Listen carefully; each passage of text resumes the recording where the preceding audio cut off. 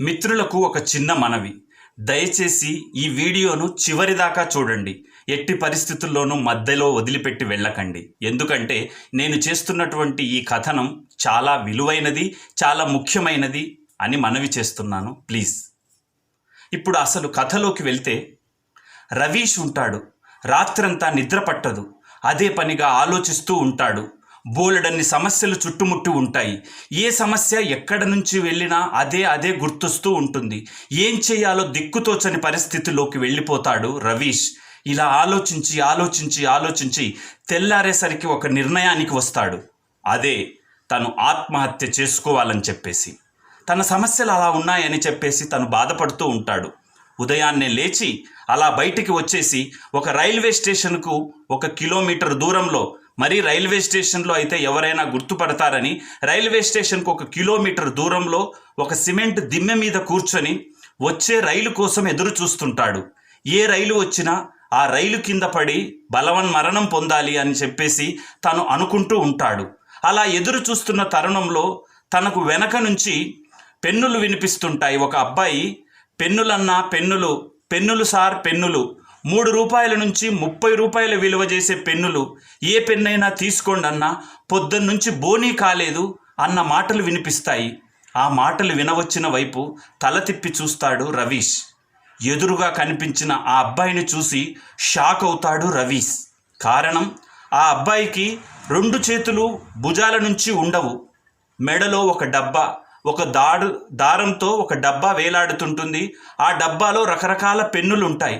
అన్న, ఒక పెన్నైనా తీసుకోండి అన్న, పొద్దున్నుంచి బోనీ కాలేదు అని చెప్తాడు. ఆ అబ్బాయిని చూడగానే రవీష్ ఒక్కసారిగా బిత్తరపోతాడు. 2 చేతులు లేవు, ఎలా ఇది అని చెప్పేసి, తమ్ముడు అసలు ఏమైంది, నీకు ఆ 2 చేతులు ఎలా వెళ్ళాయి అని చెప్పేసి చాలా ఆతృతగా ఆరాటంగా అడుగుతాడు. దానికి ఆ పెన్నులమ్మే అబ్బాయి ఇలా చెప్తాడు. అన్న, 5 ఏళ్ల క్రితం ఒక రోడ్డు యాక్సిడెంట్లో నా 2 చేతులు పోయాయన్నా. అప్పుడు నేనెంత నరకయాతన అనుభవించానో నాకే తెలియదన్నా.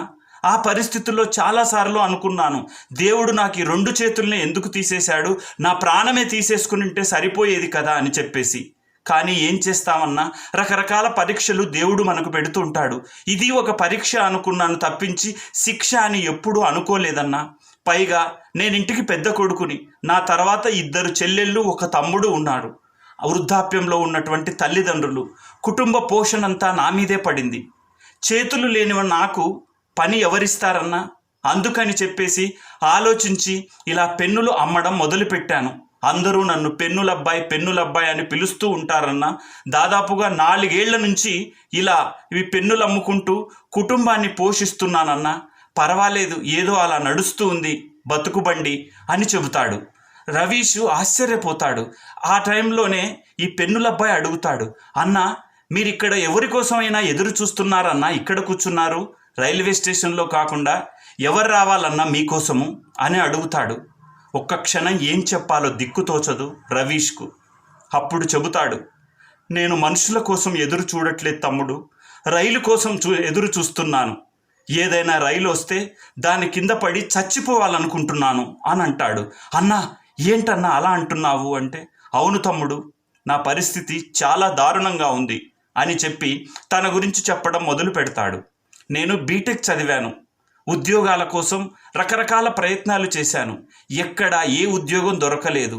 అందినట్టే అంది మాయమైపోతున్నట్టు, వచ్చినట్టే వచ్చి వెళ్ళిపోతూ ఉంటుంది. నాకు పెళ్ళిడికి వచ్చిన ఒక చెల్లి, వృద్ధాప్యంలో ఉన్నటువంటి తల్లిదండ్రులు ఉన్నారు. వాళ్ళ పోషణ నేను చేయాలి. కానీ నేను ఈ ఉద్యోగాలు, నేను చదివిన బీటెక్ సరిపోయే ఉద్యోగం దొరకక ప్రయత్నాలు చేస్తూనే ఉన్నాను. పెళ్ళిడికి వచ్చిన చెల్లి పెళ్లి చేసుకొని అత్తారింటికి వెళ్ళాల్సిన తను కుటుంబ బాధ్యతను భుజాల మీద వేసుకొని అమ్మతో కలిసి అప్పడాలు, కారప్పొడులు చేసి వాటి మీద వచ్చే కొంతపాటి డబ్బుతోనే కుటుంబాన్ని నెట్టుకొస్తూ వస్తోంది. నాన్న అప్పుడప్పుడు నన్ను అంటూ ఉంటాడు, నువ్వు నష్టజాతకుడివిరా అని. నేను ఏం చేయాలి చెప్పు? నా అర్హతకు తగ్గ ఉద్యోగం నాకు దొరకలేదు. అలాగే మా చెల్లి కూడా ఎన్నోసార్లు నా వైపు దీనంగా చూస్తుంటుంది. అన్న, ఏదో ఒక ఉద్యోగాన్ని సంపాదించి 4 డబ్బులు కూడబెట్టి నన్ను ఒక అయ్య చేతిలో పెట్టి అత్తారింటికి పంపురా, నీకు పుణ్యం ఉంటుంది అన్నట్టుగా ఆ చూపులు తట్టుకోలేకపోతున్నాను తమ్ముడు. అమ్మ నన్ను ఏమీ అనలేదు. అమ్మ నాకు మంచి జీవితం భగవంతుడా ప్రసాదించు అన్నట్టుగా దేవుడికి ఎప్పుడూ మొరపెట్టుకుంటూ ఉంటుంది. నేను భగవంతుణ్ణి ఎంతో విశ్వసిస్తాను. నాకు శివుడంటే చాలా ఇష్టం. ఎన్నో పూజలు చేశాను, కానీ దేవుడు నా మీద దయ చూపలేదు. అందుకే పూజలు చేయడం మానేశాను. దేవుడు ఉండి ఒక్కటే ఆ బండరాయిలా ఎందుకు అని చెప్పేసి ఆలోచిస్తాను. ఏం చేయాలో చుట్టూ సమస్యలు, ఇన్ని రకాల సమస్యలు. ఈ సమస్యల్లో నుంచి ఎలా బయటపడాలో దిక్కుతోచని పరిస్థితుల్లో చివరికి ఇలా చచ్చిపోదాము, ఆత్మహత్య చేసుకుందాము అని చెప్పేసి ఇలా వచ్చాను తమ్ముడు, ఇలా వచ్చాను అని చెబుతాడు. ఆ మాటలు విన్నటువంటి ఆ అబ్బాయి, పెన్నుల అబ్బాయి షాక్ అవుతాడు. అన్నా, ఏంటన్నా మీరు మాట్లాడేది? మీరు ఆత్మహత్య చేసుకోవడం ఏంటి? ఆత్మహత్య ఎంత పిరికితనమో తెలుసు కదా మీకు. అయినా ఇంత చదువుకున్నారు, ఇలా ఆలోచించడం ఏంటి? మీరు అయితే చనిపోతారు. మీ తల్లిదండ్రులు, మీ చెల్లి ఏం కావాలి? వాళ్ళ పరిస్థితి ఏనాడైనా ఆలోచించావా? తప్పన్నా, మీరు చాలా తప్పు చేయబోసారు. ఇది కరెక్ట్ కాదు. అన్నా, మీరు బీటెక్ చదివారు, ఆ చదివిన అర్హతకే ఉద్యోగం కావాలంటే రానప్పుడు వేరేది ప్రయత్నం చేయాలన్నా. అదే కావాలని అనుకుని కూర్చుంటే ఎలా అవుతుంది చెప్పు? అన్నా, నేను నా వెంట రాన్నా, నీకు మా స్టేషనరీ షాప్లో ఉద్యోగం ఇప్పిస్తాను. అది ఎలాంటిదైనా ఏదైనా చేస్తూ ఉండండి అన్న. ఆ తర్వాత మీకు అనుకున్నది ఖచ్చితంగా వస్తుంది. నాకు ఆ నమ్మకం ఉంది. మా స్టేషనరీ షాప్ అతనికి 4 షాపులు ఉన్నాయి. నా మాట అంటే కాదన్నాడు. ఖచ్చితంగా నీకు ఏదో ఒక చోట పనిప్పిస్తాడు. రా అన్నా, నాతో పాటు.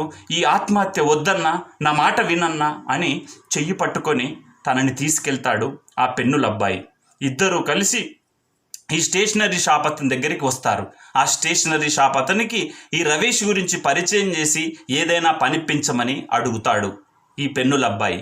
అలాగే అన్నట్టు అతనికి పని ఇస్తాను అని చెప్తాడు, మాటిస్తాడు. చాలా సంతోషిస్తాడు. అన్న, ఈరోజు ఇప్పటిదాకా అసలు పెన్నులే అమ్ముకోలేదన్నా, కాబట్టి నేను వెళ్తానన్నా.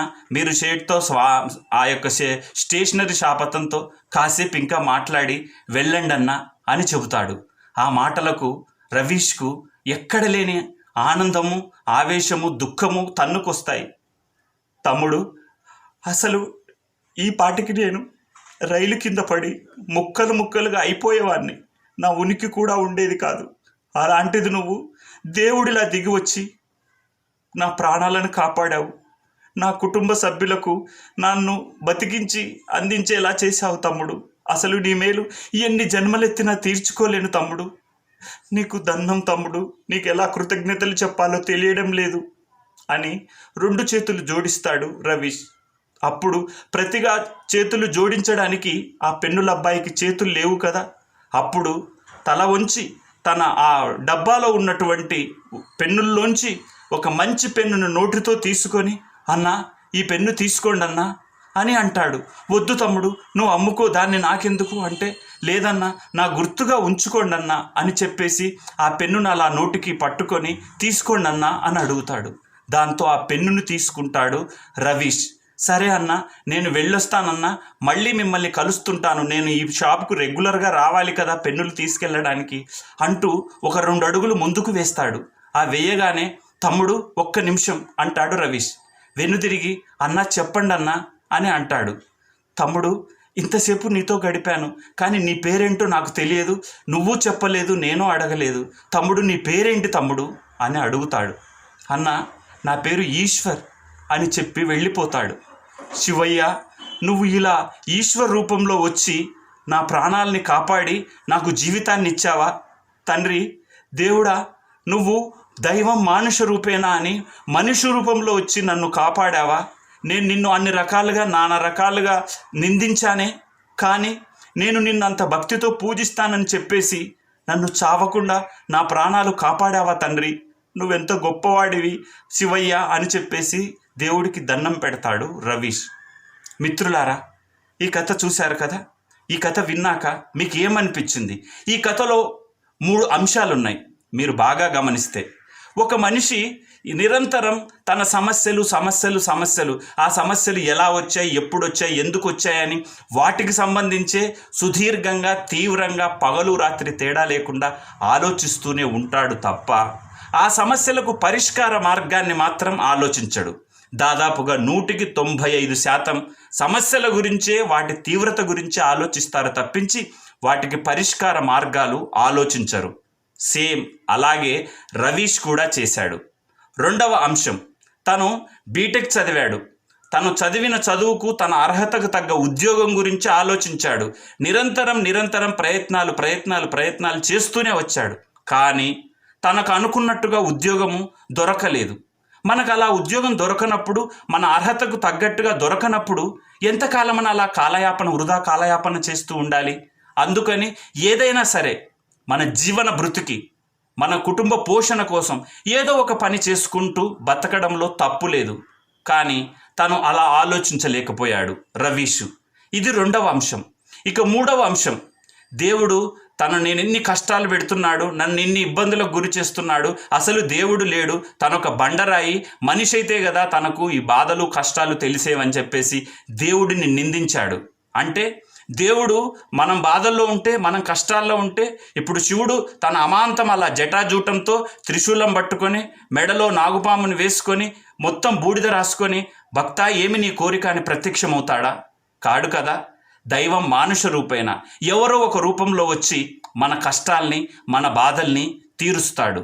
ఇది అక్షరాల నిజమైంది. ఈశ్వర్ వచ్చాడు.